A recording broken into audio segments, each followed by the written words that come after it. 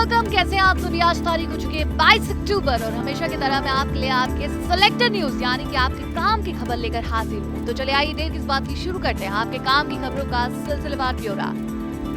तो सबसे पहले हमारी प्यारी बहनों के लिए एक अच्छी खबर आई है। जी हाँ, नवरात्रि पर रेल मंत्री पीयूष गोयल ने एक बड़ा ऐलान किया है। जैसा कि आप जानते हैं, कोरोना संकट के बीच महिलाओं को मुंबई लोकल से सफर करने पर पाबंदी लगा दी गई थी, लेकिन अब भारतीय रेलवे ने महिलाओं को सब अर्बन ट्रेनों में यात्रा करने की मंजूरी दे दी है। महिलाएं सुबह 11 बजे से लेकर दोपहर 3 बजे तक और फिर शाम 7 बजे के बाद लोकल ट्रेन में यात्रा कर पाएंगी। चुप ना रहे, क्लिक एंड पोस्ट करें। जी हाँ, उत्तर प्रदेश सरकार ने अपराध और अपराधियों पर अंकुश लगाने के लिए मिशन शक्ति शुरू कर दिया है। मिशन शक्ति के तहत अलग अलग तरह के क्राइम को कंट्रोल करने के लिए अलग अलग योजनाएं बनाई गई हैं और इसके लिए भी अलग अलग अधिकारियों को जिम्मेदारी दी गई है। साथ ही इस योजना में आम आदमी को भी शामिल किया गया है, मतलब आप भी डिटेक्टिव बन सकते हैं। जी हाँ, मेरा मतलब है कि आप भी क्रिमिनल केसेस की जांच में यूपी सरकार की मदद कर सकेंगे। यूपी सरकार ने ई मुखबिर करके सोशल मीडिया पर एक नंबर जारी किया है, जिसमें मैसेज करके या ऑडियो भेजकर या वीडियो भेजकर आप छेड़खानी, स्टॉकिंग जैसे अपराधों के बारे में पुलिस को सूचित कर सकेंगे। तो दोस्तों लोग, आप डरने का नहीं बल्कि डराने का। कोरोना से लड़ने का सबसे कारगर हथियार फिलहाल जो हमारे पास है वो है one and only the mask. और अब बाजारों में भी मास्क की कोई कमी नहीं है। 10 रुपए से लेकर 500 रुपए तक की कीमत में मास्क बाजार में मिल रहे हैं। लेकिन अब महाराष्ट्र सरकार ने मास्क की कीमतों को लेकर एक बड़ा फैसला किया है। जी हाँ, महाराष्ट्र सरकार ने मास्क को जरूरी सूची में शामिल करते हुए इसके रेट्स तय कर दिए हैं। अब N95 मास्क की कीमत 19 रुपए हो गई है।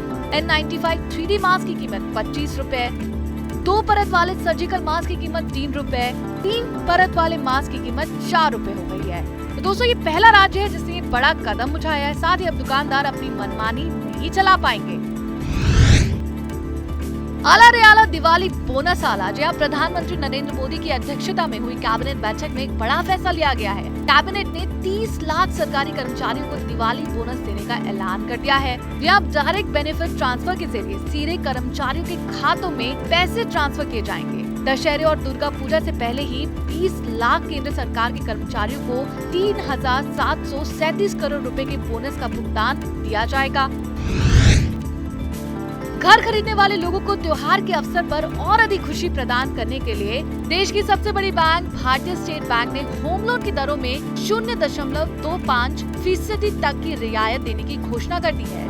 SBI ने होम लोन ग्राहकों के लिए 75 लाख रुपए तक अपने सपनों का घर खरीदने के लिए 0.25% की ब्याज छूट देने की मंजूरी दे दी है।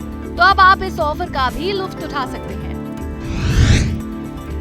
पंजाब सरकार का हल्ला बोल, किसानों से ना कर तू उल्टे फुल्टे तोल मोल।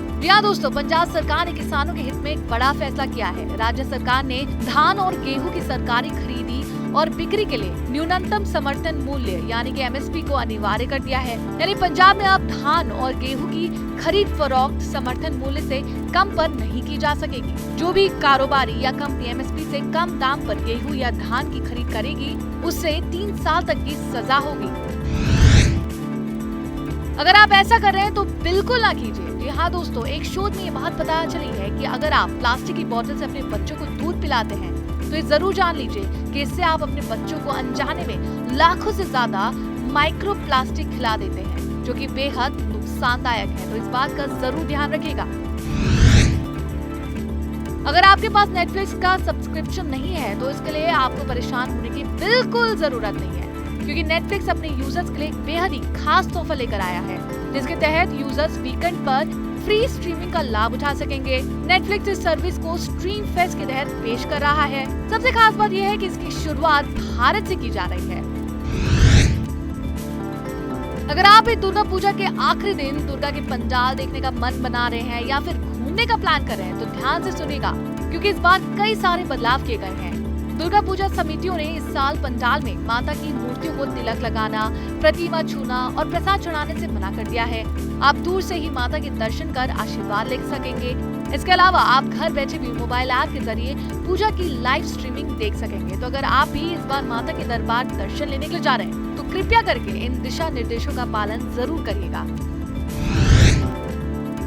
चलिए आखिर में बात करते सराफा बाजार की। तो एक दिन की गिरावट के बाद दिल्ली के सराफा बाजार में एक बार फिर से सोने का भाव बढ़ गया है। जी हाँ, सोने का रेट 512 रूपए बढ़कर 51,415 रूपए प्रति 10 किलोग्राम पर पहुंच गया है। तो वहीं सोने के साथ साथ आज चांदी में भी तेजी देखने को मिली है। चांदी 1,448 रूपए प्रति किलोग्राम महंगा होकर 64,1500 रूपए पर पहुंच गया है। तो आज के लिए बस इतना ही। हम फिर हाजिर होंगे आपके काम की खबर लेकर। Till then, bye bye.